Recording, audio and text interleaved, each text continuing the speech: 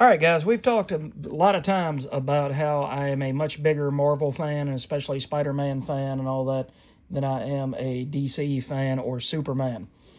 But Bamamonts, one of my followers on the channel, told me that I should read the Summer of Superman special. And I don't always agree with the politics of the people that do the writing. I don't always agree with the politics of the people that do the art. But I have got to say that regardless of political views, regardless of him blowing up and threatening to pull a full dark side, Mark Waid can craft one hell of a Superman story. You saw it in Kingdom Come, you see it here. Now, he's also helped by Slott and Joshua Williamson, with art by Jorge Jimenez. This book was fun. I can honestly say that. This book absolutely, it starts out with Clark about to tell Lana Lang his secret, that he's Superboy. And he ends up fighting Validus. And Validus was a super strong body with a kid's mind inside. But he managed to hold his own, and he came back after telling Lana that his stomach was messed up, and he was going to tell her that he's Superboy, but he decided not to that day.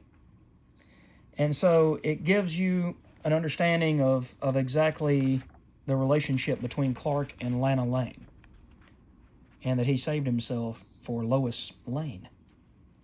Now you get Lana with John Henry Irons, also known as Steel, and Validus comes back in Chapter 2. Who knows where this guy came from?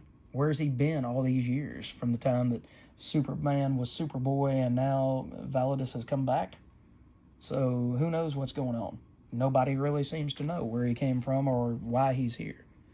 But you get these really cool double spread page shots of Superman attacking him, the lightning coming around. It's energetic. You get to see all of the different super characters using their powers to try to help people, because it's the wedding day of Lana Lang and John Henry Irons. And it's an absolute blast. It's just fun. It's the way comics used to be. There's no dark storyline. We're not killing people. There's no destruction, and all of those things make for a really great story. But Superman, what people tend to forget sometimes is that Superman is the greatest not only because he is the first, but he is, in a lot of ways, the simplest to understand. He is one of those characters that you can read and disappear from 20 years, and then you'll get a story like this, that all of a sudden it just speaks to you. And you don't really know why, other than, it speaks to the humanity inside all of us. So you get this wedding after the tornadoes and Validus and destruction. And you're still trying to figure out what's going on with him. He comes back and attacks again. And it just, I don't know. I don't know how to explain it. It just put a smile on my face, guys. Between the artwork and the structure of that artwork, Jorge Jimenez is just an absolute beast at drawing these characters. I think he is more suited for DC more so than Marvel, but that doesn't make him a bad artist. It just makes him better suited for some of these characters. It's kind of like when John Romita Jr. jumped over to DC. I like seeing Johnny Jr. on Superman, but not everybody did. It didn't really fit for everybody. So you get this understanding that now there is a Dark Legion, and they have trapped Booster Gold in the name of Darkseid. So it sets up not to be the greatest Superman story of all time, but just to be a fun romp on what's supposed to be a fun day. And you get three excellent writers, Mark Waid, Dan Slott, and Joshua Williamson. You get the Jimenez artwork. You get the colors.